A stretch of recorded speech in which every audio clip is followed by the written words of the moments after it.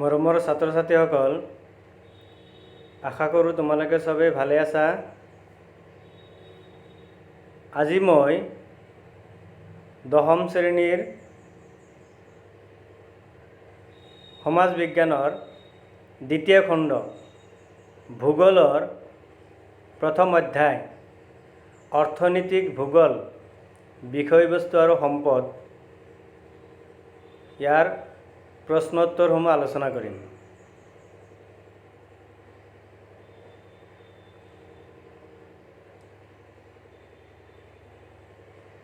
অৰ্থনৈতিক ভূগোল বিষয়বস্তু আৰু সম্পদ। 1 নম্বৰ প্ৰশ্নটো হ'ল অৰ্থনৈতিক ভূগোল কাক বোলে? ইয়াৰ মূল বিষয়বস্তু কি? অৰ্থনৈতিক ভূগোলৰ প্ৰধান শাখাবোৰ উল্লেখ কৰা। অৰ্থাৎ প্ৰশ্নটোত 3টা অংশ আছে। প্ৰথম অংশ হ'ল অৰ্থনৈতিক ভূগোল কাক বোলে? অৰ্থনৈতিক ভূগোলৰ বিষয়ে জানিব লাগিব। দ্বিতীয়তে আছে ইয়াৰ মূল বিষয়বস্তু কি? অৰ্থাৎ অৰ্থনৈতিক ভূগোলৰ মূল বিষয়বস্তু জানিব লাগিব। তাৰপিছত আছে অৰ্থনৈতিক ভূগোলৰ প্ৰধান শাখাবোৰ কি কি?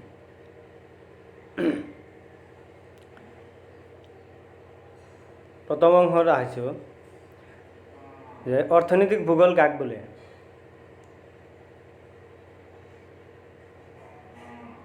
ভূগোলৰ বিভিন্ন শাখা আছে।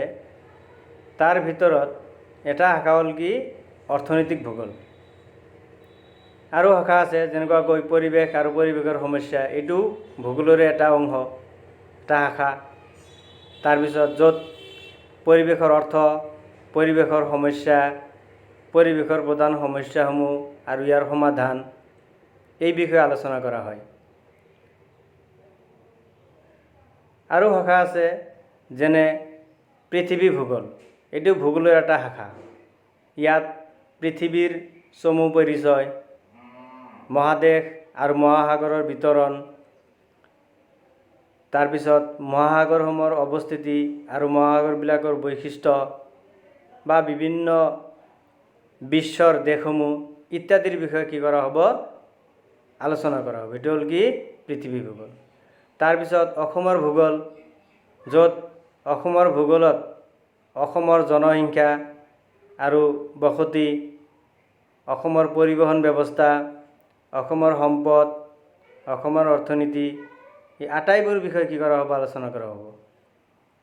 গতিকে আজি আমি এই অৰ্থনৈতিক ভূগোল বিষয়বস্তু আৰু সম্পদ এইটোৰ প্ৰথম প্ৰশ্নটো লৈছোঁ যে অৰ্থনৈতিক ভূগোল কাক বোলে? যে ভূগোলৰ যি শাখাত সম্পদৰ উৎপাদন, বিতৰণ, উপভোগ আৰু বিনিময়ৰ লগত জড়িত মানুহৰ কাৰ্যকলাপ স্থান কাল সাপেক্ষে অধ্যয়ন কৰা হয় তাকে অৰ্থনৈতিক ভূগোল বোলে।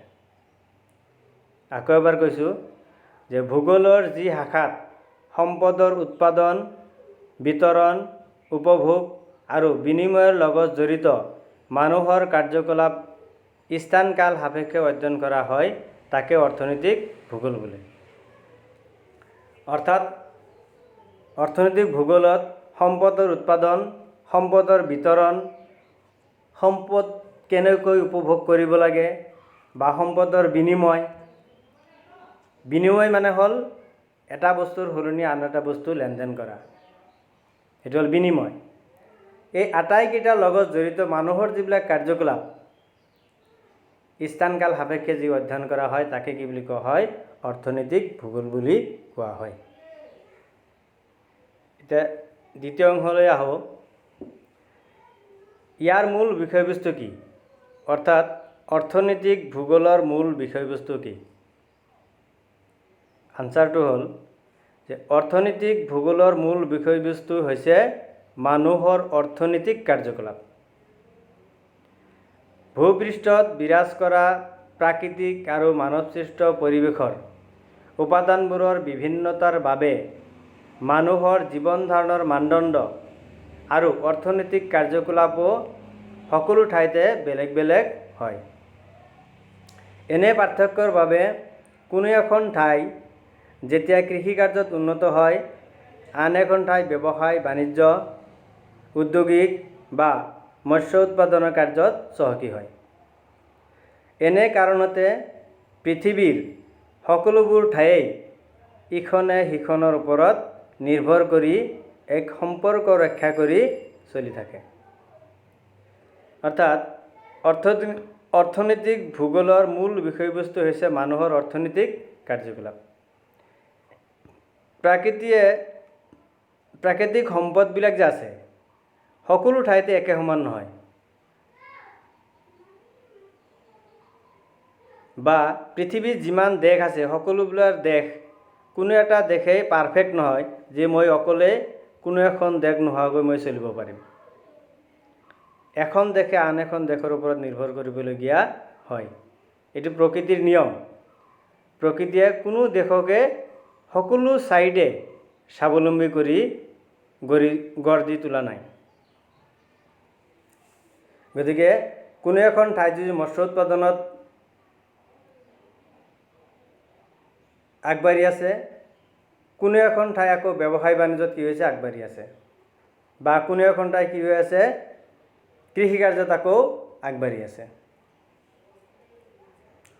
সেইকাৰণে পৃথিৱীৰ সকলো ঠাইয়ে ইখনে আন এখনৰ ওপৰত নিৰ্ভৰ কৰি সম্পৰ্ক ৰক্ষা কৰি চলিবলগীয়া হয়। এইখিনি আছিল অৰ্থনৈতিক ভূগোলৰ মূল বিষয়বস্তু। নেক্সট অংশলৈ আহোঁ, যে অৰ্থনৈতিক ভূগোলৰ প্ৰধান শাখাবোৰ উল্লেখ কৰা। অৰ্থনৈতিক ভূগোলৰ প্ৰধান শাখাবোৰ হ'ল ক কৃষি ভূগোল, খ সম্পদ ভূগোল, গ উদ্যোগ ভূগোল, ঘ বজাৰ ভূগোল, ঙ পৰিবহণ ভূগোল, আৰু প্ৰথমচ পৰ্যটন ভূগোল। এইকেইটা আছিল আমাৰ প্ৰথম প্ৰশ্নৰ উত্তৰসমূহ। এতিয়া আমি নেক্সট দ্বিতীয় প্ৰশ্নলৈ যাম। দ্বিতীয় প্ৰশ্নটো আছিল যে অৰ্থনৈতিক ভূগোলৰ পৰিসৰ সম্পৰ্কে চমুকৈ লিখা। অৰ্থনৈতিক ভূগোলৰ পৰিসৰ, অৰ্থনৈতিক ভূগোলৰ পৰিসৰটো বহল, অৰ্থাৎ পৰিসীমা যিটো বুলি কওঁ আমি, পৰিসৰটো বহল। এই অৰ্থনৈতিক ভূগোলৰ প্ৰধানকৈ সম্পদসমূহ আৰু ইয়াৰ সৈতে জড়িত মানুহৰ বিভিন্ন অৰ্থনৈতিক কাৰ্যকলাপসমূহ অধ্যয়ন কৰা হয়।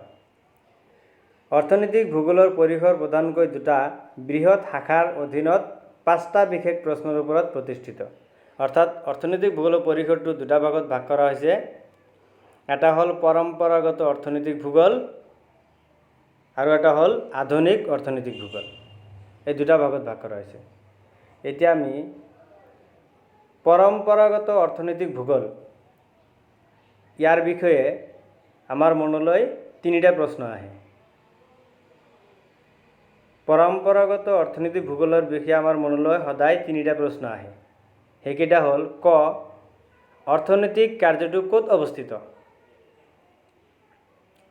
খ অৰ্থনৈতিক কাৰ্যটোৰ বৈশিষ্ট্যসমূহ কি কি, গ অৰ্থনৈতিক কাৰ্যটো অন্য কি কি পৰিঘটনাৰ সৈতে জড়িত। এই 3টা প্ৰশ্ন। এইটো হ'ল পৰম্পৰাগত অৰ্থনৈতিক ভূগোল। অৰ্থাৎ পৰম্পৰাগত মানে যেনেকুৱা মোৰ দেউতা যি কাম কৰিছিল সেইটো ময়ো কৰি আছোঁ, বা মোৰ দেউতাই মোৰ ককাৰ পৰা জানি শুনি বা দেখি যি কৰিছিল সেইটো হ'ল, তাৰপিছত আকৌ ককাই আকৌ আজু ককাৰ পৰা, এইটো পৰম্পৰাগতভাৱে। এইটো পৰম্পৰাগত অৰ্থনৈতিক ভূগোল।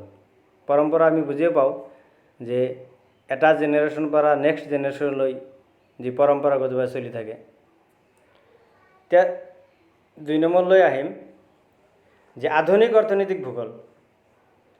আধুনিক অৰ্থনৈতিক ভূগোলৰ বিষয়ে মনলৈ আমাৰ 2টা প্ৰশ্ন আহে।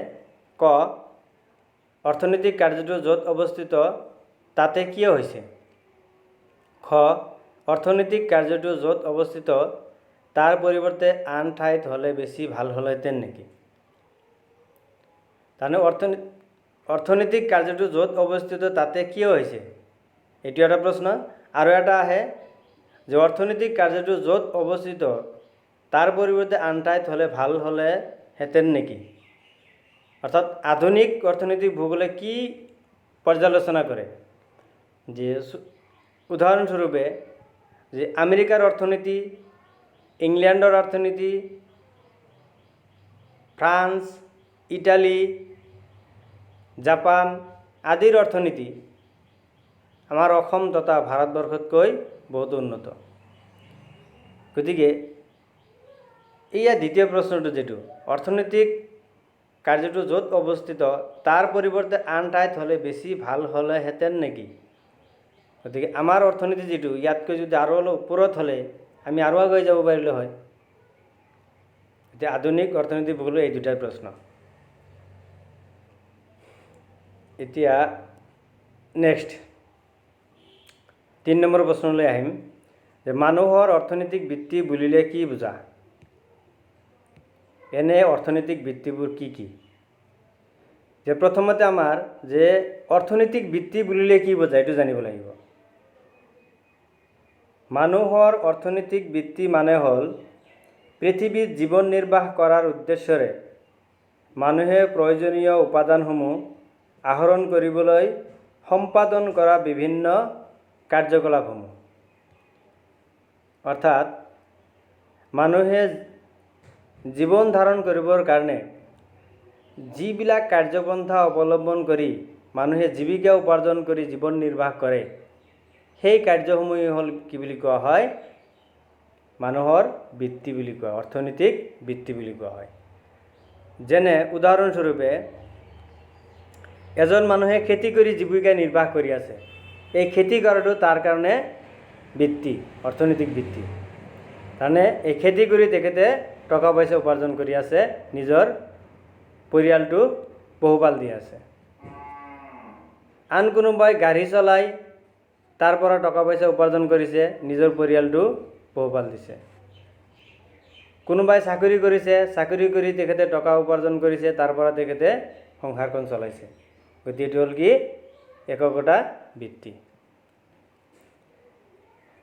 এতিয়া অৰ্থনৈতিক বৃত্তি আমি বুজি পালোঁ, নিশ্চয় তোমালোকে বুজি পাইছা অৰ্থনৈতিক বৃত্তি। এতিয়া এনে অৰ্থনৈতিক বৃত্তিবোৰ কি কি? অৰ্থাৎ মানুহৰ অৰ্থনৈতিক বৃত্তি প্ৰধানতে 4 প্ৰকাৰৰ।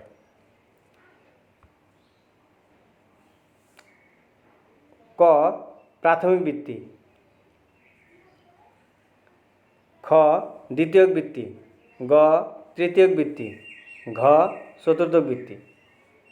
এতিয়া প্ৰাথমিক বৃত্তি যি কাৰ্যৰ দ্বাৰা মানুহে প্ৰকৃতিৰ পৰা পোনপটীয়াকৈ খাদ্য, বাসস্থান, পিন্ধন, উৰণ আদিৰ বাবে প্ৰয়োজনীয় সামগ্ৰী আহৰণ কৰে তাকে প্ৰাথমিক বৃত্তি বোলে। যেনে কৃষিকাৰ্য, মাছ ধৰা কাৰ্য, বনজ সম্পদ আহৰণ, খনিজ সম্পদ আহৰণ ইত্যাদি। অৰ্থাৎ যি কাৰ্যৰ দ্বাৰা মানুহে প্ৰকৃতিৰ পৰা পোনপটীয়াকৈ আহৰণ কৰে, যেনে খাদ্য হ'ব পাৰে, বাসস্থান হ'ব পাৰে, পিন্ধন উৰণ যিমান আছে প্ৰয়োজনীয় সামগ্ৰী আহৰণ কৰে তাকে প্ৰাথমিক বৃত্তি বুলি কোৱা হয়। যে কোনোবাই খেতি কৰিছে, ডাইৰেক্ট খেতি কৰিছে, তাৰ পৰা আনি মানুহে কি হৈছে খাইছে, জীৱন নিৰ্বাহ কৰিছে, এইটো কি? প্ৰাথমিক বৃত্তি। নাইবা মাছ ধৰিছে, মাছ ধৰি জীৱিকা নিৰ্বাহ কৰিছে, এইটো কি? প্ৰাথমিক বৃত্তি, ডাইৰেক্ট। কাৰণ প্ৰকৃতিৰ পৰা ডাইৰেক্ট পোনপটীয়াকৈ যদি খাদ্য, বাসস্থান নাইবা পিন্ধন উৰণৰ কাৰণে মানুহৰ প্ৰয়োজনীয় সামগ্ৰীসমূহ আহৰণ কৰে, সেই বৃত্তিকে কি বুলি কোৱা হয়? প্ৰাথমিক বৃত্তি বুলি কোৱা হয়। খ দ্বিতীয়ক বৃত্তি যি কাৰ্যৰ দ্বাৰা মানুহে প্ৰকৃতিৰ পৰা আহৰণ কৰা বিভিন্ন দ্ৰব্য নানান প্ৰযুক্তিৰ জৰিয়তে মানুহৰ ব্যৱহাৰ উপযোগী কৰি তোলে তাকে দ্বিতীয়ক বৃত্তি বোলে। যেনে শিল্পোৎপাদন প্ৰক্ৰিয়া, বিভিন্ন নিৰ্মাণ তথা পুনৰ নিৰ্মাণ কাৰ্য ইত্যাদি। অৰ্থাৎ যি কাৰ্যৰ দ্বাৰা মানুহে প্ৰকৃতিৰ পৰা আহৰণ কৰা বস্তুসমূহত বিজ্ঞান আৰু প্ৰযুক্তিবিদ্যা খটুৱাই মানুহৰ ব্যৱহাৰৰ উপযোগী কৰি তোলে তাকে দ্বিতীয়ক বৃত্তি বুলি কোৱা হয়। যেনে বাঁহটো প্ৰকৃতিৰ পৰা মানুহ এজনে কাটি আনিছে, ইয়াৰ পৰা এইটো কাৰখানাত দিয়াৰ পিছত তাৰ পৰা কাগজ ওলাইছে। এই যে কাৰখানাটো বিজ্ঞান প্ৰযুক্তিবিদ্যা খটুৱাই কাৰখানা বনাইছে, তাত বাঁহ দিয়াৰ পিছত বাঁহৰ পৰা কি তৈয়াৰ হৈছে? কাগজ তৈয়াৰ হৈছে। এই কাগজটো হ'ল কি? এই যি প্ৰক্ৰিয়া বাঁহৰ পৰা বিজ্ঞান প্ৰযুক্তি বাঁহৰ ওপৰত বিজ্ঞান প্ৰযুক্তি খটুৱাই কাগজ তৈয়াৰ কৰা হ'ল, এইটো হ'ল কি দ্বিতীয়ক বৃত্তি। 3 নম্বৰ গ নম্বৰ তৃতীয়ক বৃত্তি, যি কাৰ্যৰ দ্বাৰা প্ৰাথমিক আৰু দ্বিতীয়ক বৃত্তিৰ যোগেদি উৎপাদিত সামগ্ৰীসমূহ উপভোক্তাৰ ওচৰ পায় তাকে তৃতীয়ক বৃত্তি বোলে। যেনে যাতায়াত, পৰিবহণ, বজাৰ, পাইকাৰী বা খুচুৰা বিক্ৰী, পৰ্যটন, যোগাযোগ আদিৰ লগত জড়িত অৰ্থনৈতিক কাৰ্যসমূহ।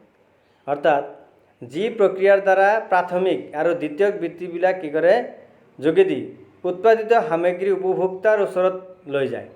যেনেকৈ কোনোবাই ঘৰত বিজ্ঞান আৰু প্ৰযুক্তিবিদ্যা খটুৱাই কাপোৰ তৈয়াৰ কৰিছে, সেই কাপোৰ বিক্ৰী কৰিবলৈ বজাৰলৈ লৈ যাওঁতে কি হৈছে গাড়ীৰে লৈ গৈছে। এই যে গাড়ীৰে লৈ যোৱা হ'ল বজাৰলৈ, যাতায়াত, এইটো হ'ল কি তৃতীয়ক বৃত্তি।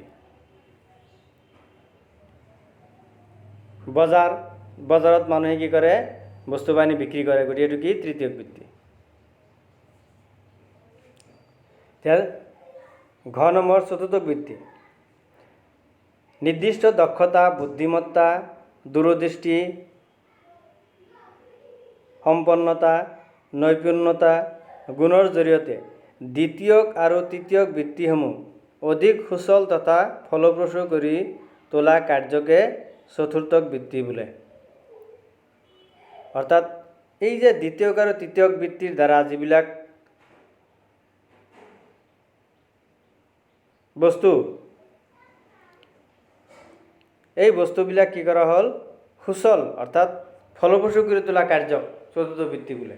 যেনে বেংক বা অন্য বিত্তীয় প্ৰতিষ্ঠান, প্ৰচাৰ মাধ্যম, প্ৰশাসন, শিক্ষা গৱেষণা প্ৰতিষ্ঠান ইত্যাদি। বেংকে কি কৰিছে, কোনোবাই বস্তু এটা প্ৰডাকশ্যন কৰিছে, সেইটো বজাৰলৈ বিক্ৰী কৰিবলৈ গৈছে, কিন্তু বিক্ৰী কৰিব গ'লে যিয়ে কিনিব তাৰ টকাৰ দৰকাৰ। আজিকালি মানুহে লাখ লাখ টকা লৈ নুফুৰে।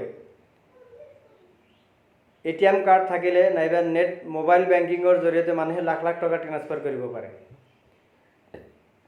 এই মানুহৰ যিটো দ্বিতীয়ক আৰু তৃতীয়ক বৃত্তিৰ দ্বাৰা উৎপাদিত যিবিলাক সামগ্ৰী, এইসমূহ বিক্ৰী কৰিবৰ কাৰণে বা এইবিলাক ভালদৰে পৰিচালনা কৰিবৰ কাৰণে এই বেংকে কি কৰিছে আমাক সহায় কৰিছে।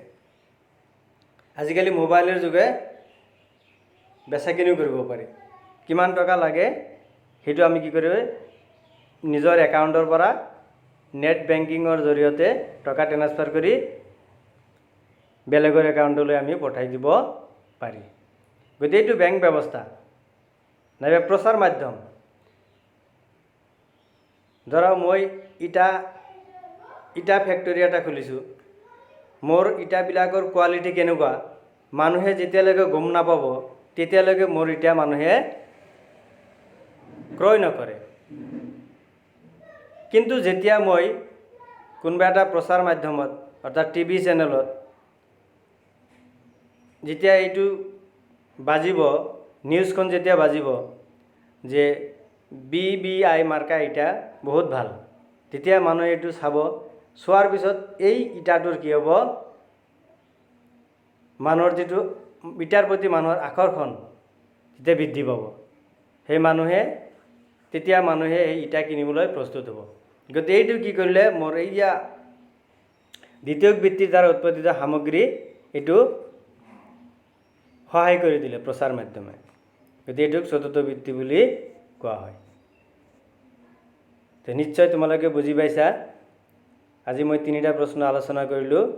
নেক্সট ভিডিঅ'ত বাকীবিলাক প্ৰশ্ন ক্ৰম অনুসাৰে মই আলোচনা কৰিম। তো আজিলৈ এইখিনিয়ে। ধন্যবাদ।